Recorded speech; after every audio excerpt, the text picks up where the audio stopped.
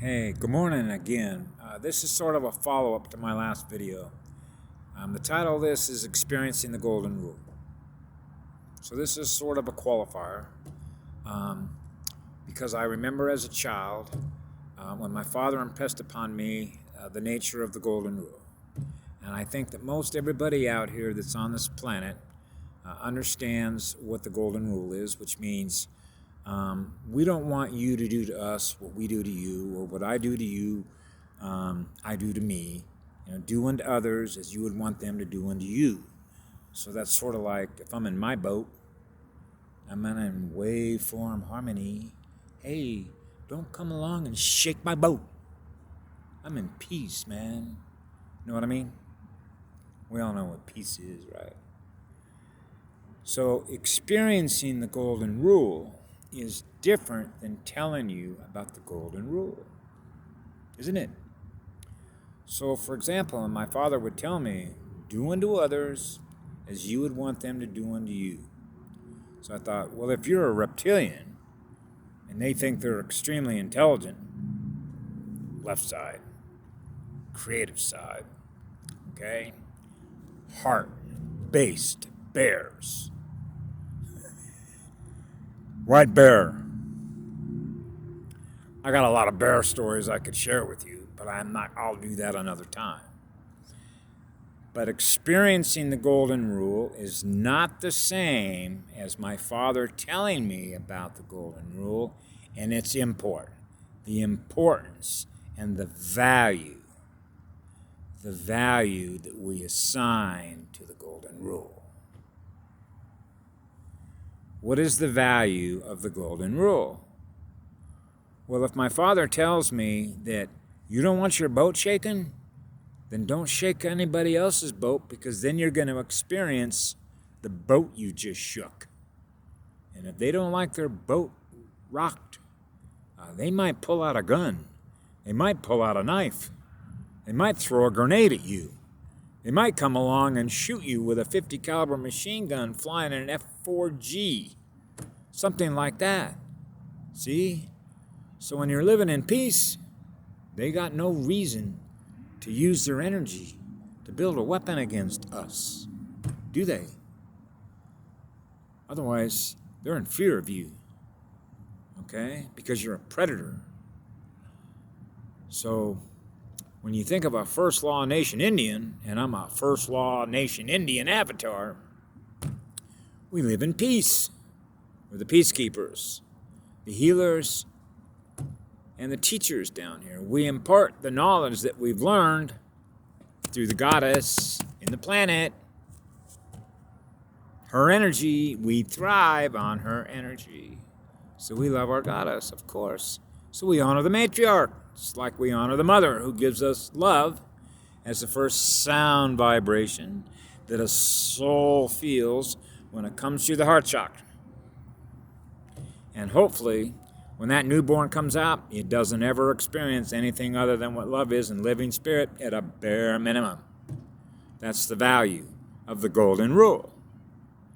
So now we have, just like me, sharing all this information, which represents all of my experiences that I'm holding in memory. They're not going to have any value to you if you can't experience how it works. So I can sit here and make video after video after video, just like everybody else that makes video after video.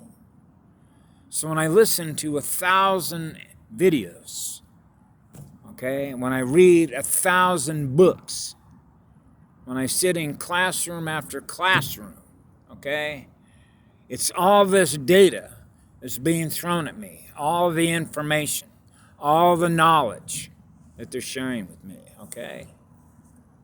Well, what we do is we benchmark it. We value tag it. That's frequency tagging it. That means, okay, I understand what that information represents because it's a frequency. It's based on the speed of the communication. When you're experiencing the Golden Rule, you're experiencing how the Golden Rule works. So if I go up and I want to means test it, go up to somebody and start rocking their boat. Watch what happens. You might survive it. You might not. That's mean testing the golden rule. Now you get to experience the golden rule. So if I am what love is in living spirit, and I come in peace through my heart, chances are I'll get a seat at their table. Hey, they might even offer me dinner. They might even offer me a room for the night. Bless your heart. What do I have to trade with you to give you back the love you're sharing with me? Well, if we're in waveform alignment with what love is, we are automatically sharing the energy that we are together in alignment with each other. Wow, you're a love energy being just like I am. Yeah, isn't it cool? We got all the energy we need. So when you got all the energy that you need and you're happy and joyful, and I'm happy and joyful and I got all the energy that I need, I don't need to worry about you. You're free to do whatever you want. Just like I'm free to go do whatever I want, because I don't got to worry about nobody rocking my boat. Because you're not going to rock my boat. I'm not going to rock your boat. And so guess what? Our boats are in wave form harmony with each other. We're living in peace. How cool. So you got to learn through experience. I can sit here as a teacher and tell you all day long everything that I've ever learned throughout the course of my coursework, which is the evolution of your learning experiences, of what you choose to assign value to and what you don't assign value to, because your coursework, like any student that has what's called a coursework portfolio, what they're doing is they're assigning the value to what they're learning. What has the greatest benefit to what it is that I'm learning from my experience that is data-driven, knowledge-driven, energy-driven? Well, in my case, as a student, I want to go as fast as I possibly can, teacher. So I'll ask my goddess, hey, baby, tell me. I want to go as fast as you do, so I can experience everything that you experience at the speed at which you experience who you are. She'll show you. That's what she does in this planet. She's the teacher in this classroom, by the way. That's why she set it up. Everything has a function. So the function of her classroom is to show you how light works. You want to keep attracting more light and go faster? Take a look at her. Be a reflection of who she is in the bidirectional mirror. And then you can be in waveform alignment speed with her. Now you're experiencing the energy of a goddess. Fuck me. This shit's powerful. Yes, it is. It's the most powerful energy I know. I thrive on goddess energy because I got a goddess in me. But I also got a God in me, which is on the other side. That's the power side, the logic side, the intelligence side. But for me, when I live through my heart, all there is what light is. So my state of consciousness does not like to hold energy in captivity. Okay? Let it go. You got to let it all go. Otherwise, you're holding on to density, and that's baggage. That's what made it so difficult for me as a child, giving everything away.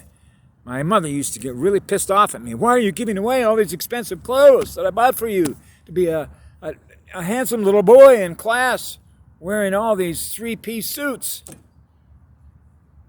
How do I explain to my mother, Mom, none of this means anything to me. You don't understand me. I'm not what that is.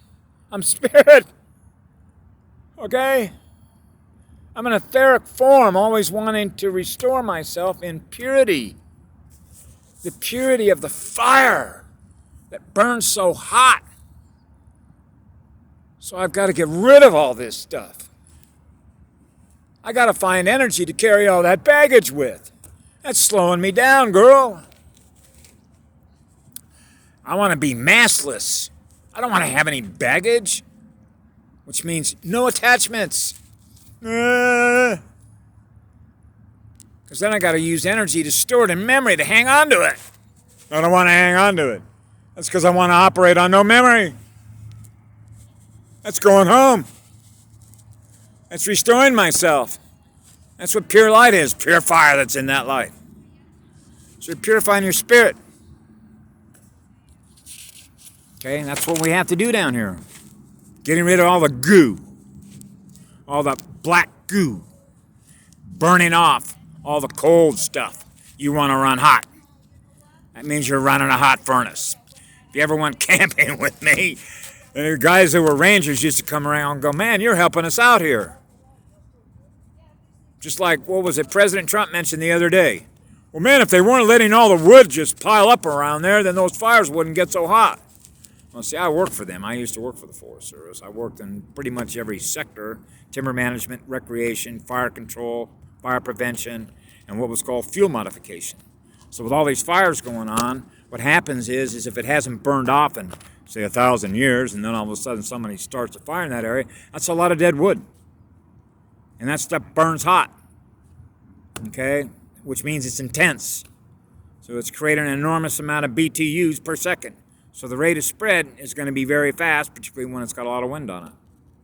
And particularly this time of year when the humidity is lower, temperatures are up. Now it's going to eat up acreage like, a banshee. And if you've ever been around a fire when it sounds like 1,000 freight trains that are coming at you, now, for me, I love that kind of energy release because I realize there's spirit in that fire. Because I got spirit of fire in me, too, because that's how my light burns so hot. But there's spirit in the water, and we want the spirit in the water to be as pure as it can be, too. So we're not putting any toxic contamination into the body, in which we're always restoring our spirit to purity. Right?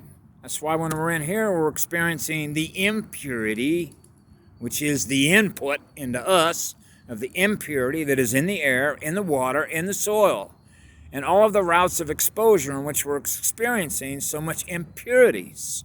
Why is that? Well, simply take a look around you. So anyway, I wanted to cover, we're always restoring purity, the purity of our etheric form, spirit. And to do that, it means you have a lot of fire. I call it passion, intense passion. So how much love do you got? Oh man, my love burns hot. So that becomes a measure of your waveform of communication. So I thought, well, how pure are we? Well, how much fire do we have within us? To use the fire to burn off lower frequency speed experiences from our unconscious memory. Now I get into implicit trust. Do I implicitly trust the goddess in this planet? Absolutely. Because I implicitly trust what love is. I implicitly trust what unconditional love is because I know how it works. I mean tested it once. And the amount of heat and love that I got back after walking down the street when it was about 10 degrees below zero, wind was blowing about 20 miles an hour, and a girl that I never met in my life who was in West Africa. I traced her ISP, so I knew she was in West Africa, and I knew it was a female, because there's things about being a female that only a female knows, right? You can't fake being a girl if you're a male. Sorry. And so anyway, she needed some money because she said that her 10-year-old daughter had leukemia, right? So when she asked me if I could do that, I had to make a decision. Well, that puts me out on the streets until I get, my Social Security check the next month. And is that going to produce a fear response? Okay, so when you sort of know how this works, if you're living in fear of what the future is instead of what love is, which is eternal light, which is now time, then you know better than that. Because you'll attract whatever you need in order to make sure that you never lose what you're aware of, which is yourself, which is what love is in living spirit in etheric form. Okay? So I thought, okay, I'll go through this exercise just to prove and put it on the record of how unconditional love works. So what I did is I went and took money that I had left in my account, almost all of it, not quite all of it, but I knew that by doing that I wasn't going to be able to pay my rent. Okay? So that has to be okay. Here was the bottom line on why I did that, okay? Because it's never about us. It's about everybody. Because of getting to know her, I knew that she had not experienced what true love is. True love is unconditional love. That means it's non-transactional. You don't have to do anything for me in order to get love from me because I am what love is in living energy. Okay? So we're automatically just broadcasting it. You don't got to give me nothing in order to get the energy we're giving you. We're energy givers, energy service providers, just like the girl on the planet. She does the same thing. Okay? She's just more powerful in spirit, and she's got more light to use. Okay? So this becomes sort of a teaching moment in which you're a demonstration model. So I thought, as a teacher, I'll just be a demonstration model. Because I realized that this woman had never experienced anything like this before. And that's important. Because when you are allowed to use your heart so that her heart can experience your heart, how much love and how much light you have here to give her, then she realizes she doesn't have to do anything to experience someone who loves her and cares about her child that much. That they're willing to essentially, in her mind, sacrifice what they have in money in order so that she can help heal her child by getting medicine, even though love is what heals you. Okay? So as it turned out, I walked down to Walmart, sent her the money, and when I walked out of that Walmart store, I was embraced in the most powerful spirit you could imagine, and it was like being inside of a furnace. And I was nice and toasty warm all the way back home. That's how it works. The universe is going to give you back what you are, what you give. It just naturally does so. But to experience that, to become that, is not the same for everybody here. And that's painful for me. Because it means for all the beings that I know that adhere, it's easy to know those that connect with her that way and those that don't. Because this is our native home world. So we know we got a lot of aliens here. We got all kinds of stuff here. As Patty calls them, ETs wearing skin suits.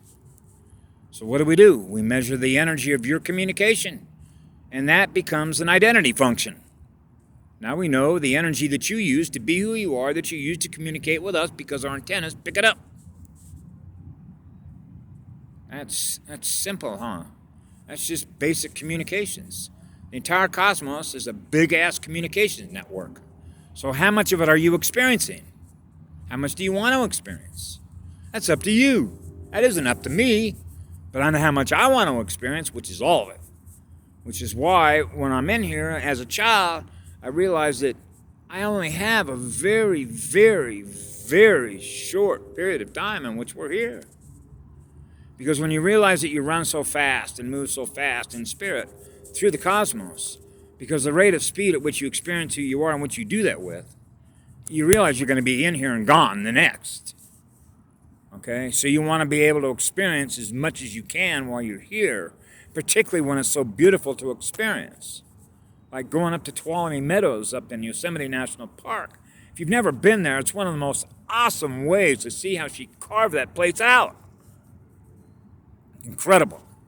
Just like Yellowstone is very special to me. That's a classroom. That's a classroom within itself. Just like the Big Island is, because it's active lava.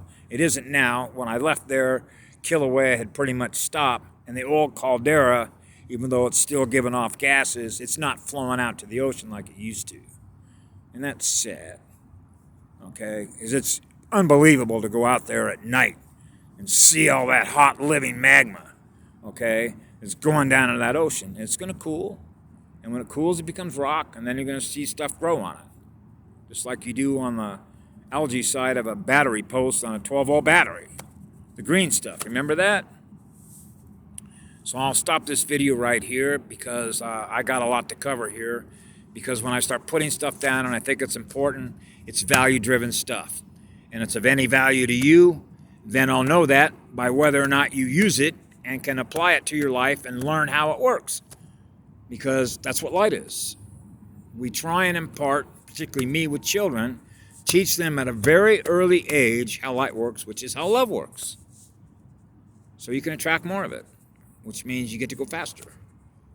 And so when you work with children and do that, and they get it down, oh man, we can end the recycling, the energy harvesting systems that they had here, right?